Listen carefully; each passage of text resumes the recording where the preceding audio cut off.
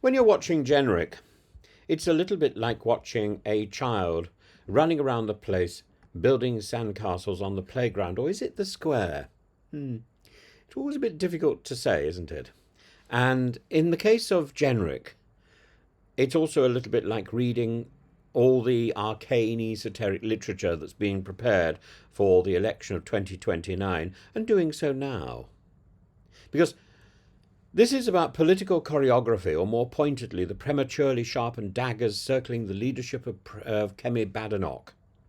Specifically, the curious case of Robert Jenrick, Shadow Justice Secretary, perennial prince-in-waiting, whose comments yesterday, I think, to a group of students have reignited speculation that he's laying the groundwork to replace Badenoch well before the Conservative rulebook permits any sort of posturing in that nature. Under the new rules of the Conservative Party, Badenoch, elected only last year, has another 6 months at least grace period before facing any formal challenge. She can be in position, she can be in place as leader of the opposition for a year before the 1922 committee has to open up any letters of frustration. Yet here we are with Jenrick caught on tape, musing aloud about bringing this coalition together, a phrase he insists now refers to voters, not parties, just as he insisted that V refers to his victory in the London Marathon. It doesn't make very much sense. And there's a lot of speculation. There was a whole article last week about effectively saying that people were pretty sure that he's been on manoeuvres since the day he lost the election to Kemi Badenoch. Let's be clear. In his UCL Conservative Association chat, Jenrick warned of Reform UK becoming a, quote, permanent or semi-permanent fixture on the right, which he argues would hand Labour victory by splitting the vote. And he's right. I want the fight to be united, he says, before adding with theatrical gravitas, one way or another. I'm determined to do that. Now, this could mean forming an electoral pact. That's one way. Or it could mean crushing Reform entirely. That's the other. Absorbing its voters and marginalising Farage. But it is in any case a bold and some would say brazen thing for somebody who is not the leader of the party to say. And particularly under a leader who has explicitly ruled out any sort of pact with the between the Conservatives and Reform. Kemi Badenoch has ruled out such an arrangement. So there is only one way to deal with the Reform Party, according to Kemi Badenoch, and that's to crush them. So one way or another, that doesn't make any sense, does it? Unless Jenrick is anticipating being the leader. Badenoch, for her part, has made no secret, therefore, of her disdain for Reform UK, calling them the party that wants to destroy the Conservatives. That's hardly the tone of somebody planning joint photo ops in Clacton. But Jenrick's remarks come just days before what is expected to be a bloodbath for the Tories in the local election and Badenoch's first test, and probably, I think, her only test as leader. And here lies the subtext. Now, oddly today, for the first time since she's been in position, that she actually acquitted herself quite well in Prime Minister's questions, but she only did that because Starmer was at his leaden worst. Jenrick is not just talking strategy, he's positioning himself. And there are two ways to read this. The charitable interpretation is that Jenrick is simply desperate to prevent another decade of Labour rule and is making a plea for a united right-wing vote under the Tory banner. The cynical way to read this is that Jenrick sees a wounded Badenoch, senses an opportunity, and is publicly laying the ideological foundations for her downfall and for her quick removal, one way or another.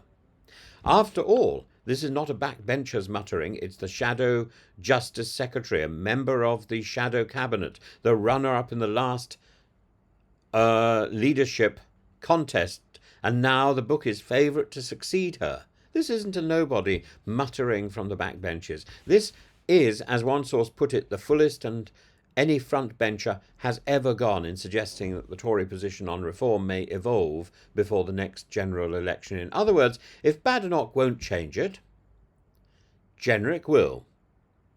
Labour have pounced, with Ellie Reeves accusing the Conservatives of plotting a coalition of chaos. The Lib Dems are baying for Jenrick's head, suggesting Badenoch is too weak to discipline him. And Reform, Farage is, as ever, relishing the limelight, claiming he'll eat the Tory party for breakfast and Labour for lunch. But Jenrick is a clever lad. He's clever enough to be one of the few people in the House of Commons who can speak, who can stand up and speak without notes. I think, really, there's only Jenrick and Flynn who do it. Even within the Conservative family, though, there are rumours, there are murmurs. Greg Smith recently admitted that the right may have to play nicely. And behind the scenes, donors and members are increasingly despairing at the internecine warfare consuming the right. So what now? Badenoch can't sack Jenrick, not without igniting a civil war. But nor can she ignore the optics of a senior colleague openly entertaining post-Badenochian strategies while she is technically untouchable and technically the leader. The problem here is that both Badenoch and Jenrick are on the same side of the Conservative Party. They're on the far right of the Conservative Party. What is almost certain to happen to the Conservative Party, and what could easily bring in the Lib Dems as the natural opposition, is nobody is standing up from the centre of the Conservative Party. The centre of the Conservative Party has all but been forgotten. And the centre of the Conservative Party, all those voters who feel abandoned. This is no longer about Jenrick versus Badenoch. It's about the future of the British right. And it's about the future of the Conservative Party, the old Conservative coalition, the Thatcherites, the Wets, the One Nation moderates, the new ones, the Red Wall populists, has fractured. And until someone figures out how to glue it all back together, Badenoch can't because she's on the wrong side. All she could do is glue the Conservatives to Reform. And she doesn't want to do that. Jenrick can't, because all he wants to do, and all he could do, is to glue the Conservatives to Reform. And he wants to do that. Nobody is interested in gluing the Conservative Party back together again. The Thatcherites, the Wets, the One Nation moderates, the Red Wall populists. And possibly then bringing in the disgruntled reformists back into the fold. The problem is it needs somebody from the centre, not from the far right, to do that. And until someone figures how to glue it all back together, the door remains wide open for either Keir Starmer to stroll through the middle, as Jenrick himself fears, or indeed for Farage to do so. To quote one withering Westminster aide, Jenrick never met a crisis he didn't think was his moment. Jenrick is an opportunist. Jenrick is a clever boy. And in politics, cleverness is half the battle. The other half is timing. And the problem there is, has Jenrick what should we say, exploded too soon? Is this a premature election bid? Has Jenrick had a premature election?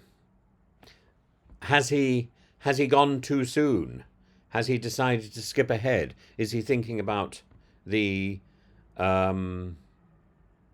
is he thinking too much about the time after Badenoch has gone and not enough about what has to be done in the meantime to prepare the way for that inevitability? Because it is inevitable. Has Jenrick actually revealed himself, exposed himself too much so that he now becomes an impossible candidate? It's not about Jenrick being clever at this moment. It's about Jenrick being too clever, too confident, and therefore utterly, utterly inappropriate.